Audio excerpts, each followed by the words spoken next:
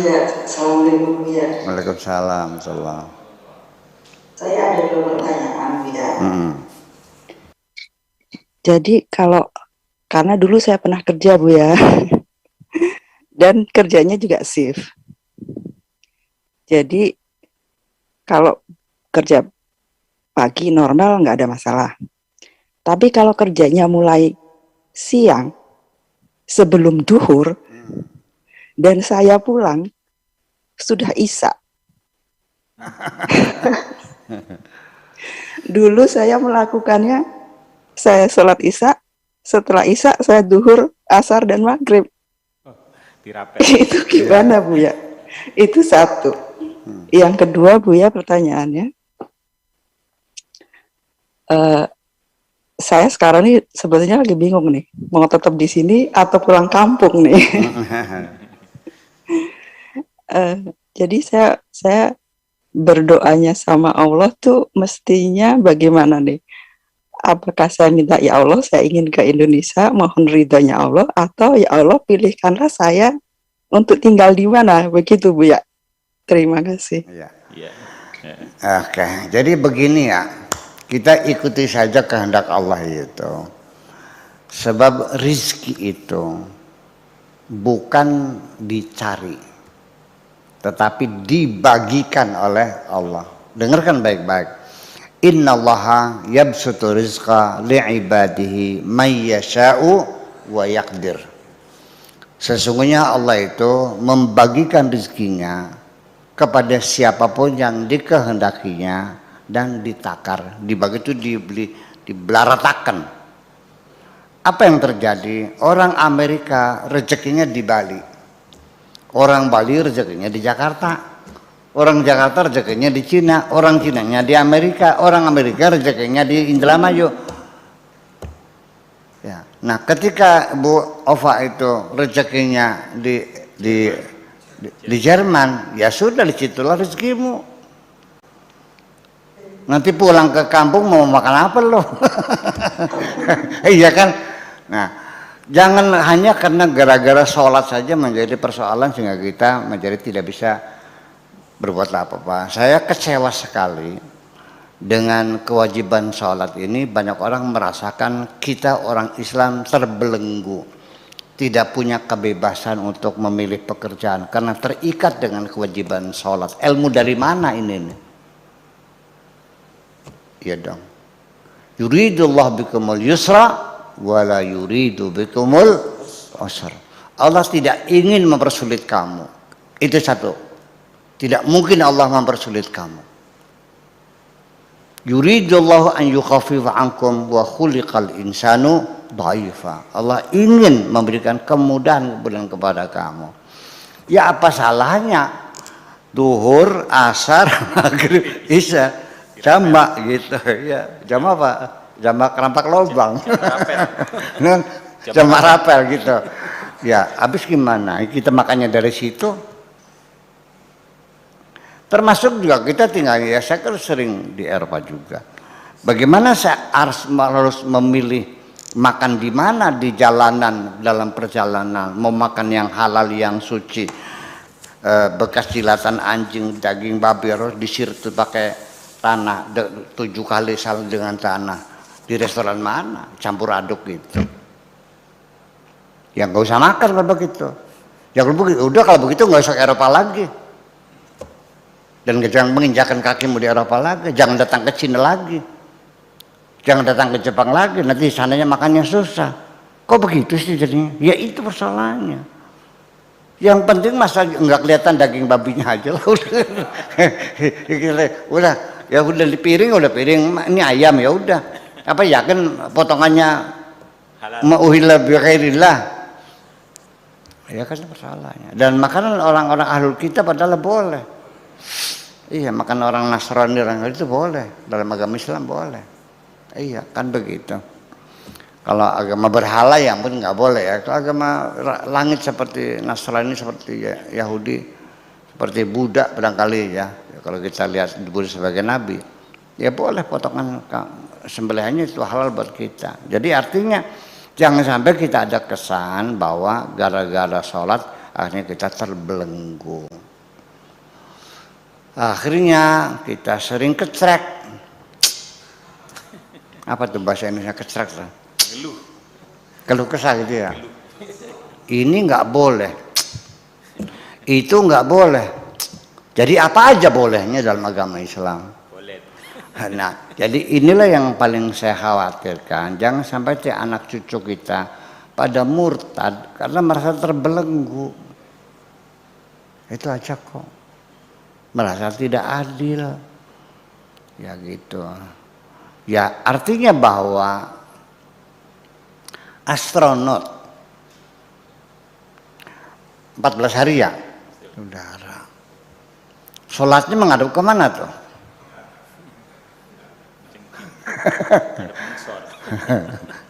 Menghadap mana? Ya menghadap bumi. Ya di mana ya terserah mau nyebut bagaimana kan begitu. Terus sholatnya gimana? Ya iya. Jadi artinya bahwa sholat dikerjakan dengan berdiri, dengan takbir, dengan ruku itu dalam keadaan normal. Iya, dalam keadaan perang ya lain lagi sholatnya, kan ada dalam Al-Qur'annya. Itu menunjukkan bahwa sholat dilakukan bagaimanapun bisa. Betul nggak? Sholat sambil nembak musuh bisa nggak? Ya bisa, kenapa tidak? Ya nembak manduk. Nah, saya memilih menunggu mesin, lebih sholatnya di jamaah. Ya kan, daripada kamu sholat sambil sambil mengoperasikan mesin. Iya kan, itu pilihan. Ya boleh silakan Anda sambil sholat terus halifatuhri arba rakaatin muslim Allah bismillahirrahmanirrahim arrahmanirrahim maliki yaumiddin sambil mesin boleh silakan aja boleh. Kayak orang perang bisa gitu. Nah, jadi artinya bahwa begini. Ada teman saya, teman ngajinya pintar dulunya di pondok pesantren. Dia jadi supir PPD. PPD itu bus kota Jakarta ya. Nggak sholat dia tuh. Masa santri nggak sholat? Ya gimana sholatnya? Ya kalau mengambil mobilnya jam 2 siang sampai jam 10 malam. Lo gimana sholatnya?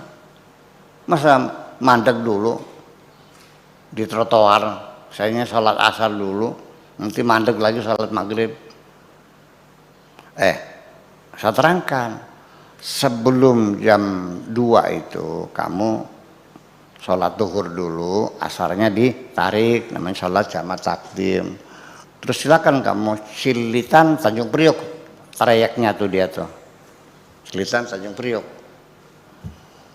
Terus ya nanti kalau sudah selesai, taruh busnya di depot lagi, kamu pulang sampai rumah sholat isya, terus jamaah takhir sholat maghrib. Sampai kapan sholat begitu? Pertanyaan dia. Saya tanya lagi, sampai kapan kamu jadi supirnya? Iya. Sampai kapan? Ya sampai kapan jadi supirnya? Ya 10 tahun lagi, ya 10 tahun lagi, nggak ada masalah. Sudah pensiun ya baru kamu sholat normal. Bagaimanapun kamu berkewajiban ngasih makan anak dan istri. Iya, jangan sampai gara-gara sholat akhirnya kamu tidak bisa makan. Ilmu dari mana itu? Ya kan begitu persoalannya. Nah itu, jadi ini satu sendiri, jadi satu sisi saya ingin mengatakan mudah-mudahan Allah ampuni saya dan mungkin ini benar, mungkin ini salah, tapi saya ada sedikit pemahaman saja. Ini sholat ini menjadi panglima, seolah-olah itu segala-galanya bahwa beragama itu ya sholat, karena as-sholatu imaduddin, faman aqamaha faqad madin, waman tarakaha faqad hadamadin. Sholat itu tiang agama. Barang siapa mendirikan sholat berarti mendirikan agama. Orang yang meninggalkan sholat berarti menghancurkan agama. Sampai nanti di hari kiamat, amalan-amalan yang pertama kali disoal oleh malaikat, kamu sholat tidak? Berapa kali kamu tinggal sholat? Sebelum sedekah, sebelum haji, sebelum berbakti orang tua, sebelum berkarya, sebelum penelitian. Jadi berpuluh-puluh tahun matang sampai melotot mempelajari virus dalam ilmu virologi, itu nggak dilihat semuanya, langsung sholatnya ditanyakan. Bayangkan, ngajar Pak Afkar setiap hari sampai ngurusin anak, nggak dilihat sholatnya, nggak langsung sholat. Inna awwala ma yuhasabu bil mar'u yaumal qiyamah as-sholatu. Jadi menjadi dipanglimakan sendiri, ya kan, segala-galanya sholat. Sholat agama itu ya sholat itu. Akan tetapi di dalam prakteknya ternyata sholatnya umat Islam seluruh dunia nggak ada yang sama. Artinya apa? Kalau iya itu merupakan inti agama yang paling substansi, pasti Kanjeng Nabi akan menyeragamkan sholat itu. Mesti akan dikumpulkan sahabat, dilatih bersama kayak paskibra. Maju jalan gerak sampai hormat bendera saja kurang miring, dilurusin ini, begini caranya. Betul nggak? Ternyata dari hormat Allah saja, Allah ada di atas kepala. Ada yang jempolnya di atas telinga, Allah. Ada yang di bawah telinga, ada yang jelek kipak begini ada yang digoyang, goyang. Ada yang Allahu Akbar.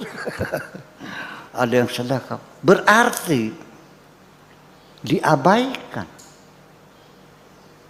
Ketika pelaksananya beraneka ragam, berarti ada arahan nggak di sini? Itu persoalannya, itu mudah-mudahan mengerti. Jadi nanti pada pokoknya mah bukan ahwalnya, bukan qiraatnya, bukan hafalnya, tapi kondisi hati kita ketika menghadap Allah. Ya, ketika kita bersimpu di hadapan Allah, itulah kualitasnya adalah kekhusyuan itu. Itu terserah kamu mau baca Fatihah, mau baca basmalah, mau baca kulhu saja, mau baca Fatihahnya dengan keras dan sebagainya. Sebab nanti di dalam kenyataannya sendiri, di dalam sholat sendiri, itu kita cocokkan dengan petunjuk Al-Quran, jauh berbeda kok. Udah baca Fatihahnya pakai speaker, ya, mendengung kemana-mana, Alhamdulillahirrabbilalamin, udah dipotong-potong, Ar-Rahmanir-Rahim, berhenti lagi, Maliki Yaumiddin, yang dilarang berhenti ya berhenti, itu sudah beda. Apa benar baca sholat dengan suara keras seperti itu? Lihat Al-Qurannya. Wala tajar bis salat, wala tajar bis salatika, wala tukhafit biha, wabtaghi baina dzalika sabila. Jangan membaca terlalu keras, jangan terlalu pelan. Yang sedang-sedang saja dalam sholatmu itu. Al-Qurannya gitu. Iya kan? Itu kan begitu. Kita korma udah di depan mulut, karena takjil itu sunnah, makin cepat makin sunnah. Begitu Allah masuk. Tetapi coba di Al-Qurannya tidak begitu kok. Wa atimmus syiyama ilal laili, sempurnakan puasamu sampai betul-betul langit itu gelap. Ya baru masuk masih merah langitnya masih. Terus Allah mewajibkannya kan, kutiba ya ayyuhalladzina amanu kutiba alaikumus siyamu. Ketika niat bilangnya apa? Nawa itu saum. Siyamu sauma. Memang beda, ya beda. Gitu. Tetapi ketika diterjemahkan Indonesia, niat aku besok puasa, malah benar. Karena puasa itu bisa saum, bisa siam. Ya kan begitu persoalannya. Itulah kira-kira semacam itu. Jadi ya perlu kita perhatikan lagi bahwa ini ada hadis di Sahih Bukhari. Ternyata sekarang tidak ada lagi yang tertinggal dalam agama Islam ini. Kita sudah jauh semua. Yang masih tertinggal hanya sholat dalam Islam ini. Tetapi sholat pun sekarang sudah nggak jelas lagi. Katanya begitu. Nanti kapan-kapan saya buka hadisnya ada. Artinya yang paling masih bisa bertahan hadir Islam ini hanya dalam fenomena sholat. Sholatnya pun sekarang sudah nggak pugu-pugu. Iya, yang ada boro-boro berjamaah malah berpisah dan tidak boleh berjamaah dan menganggap sholatnya tidak sah. Ini bid'ah, ini bid'ah, ini bid'ah dan sebagainya. Yang benar mana? Ya masing-masing aku benar. Saya bersalah. Oke, saya kira begitu saja. Jadi tolong jangan sampai kita dengan beragama Islam merasa kita terbelenggu. Tapi sebaliknya kita beragama Islam semakin nyaman hidup kita dengan beragama Islam ini. Terima kasih begitu kira-kira.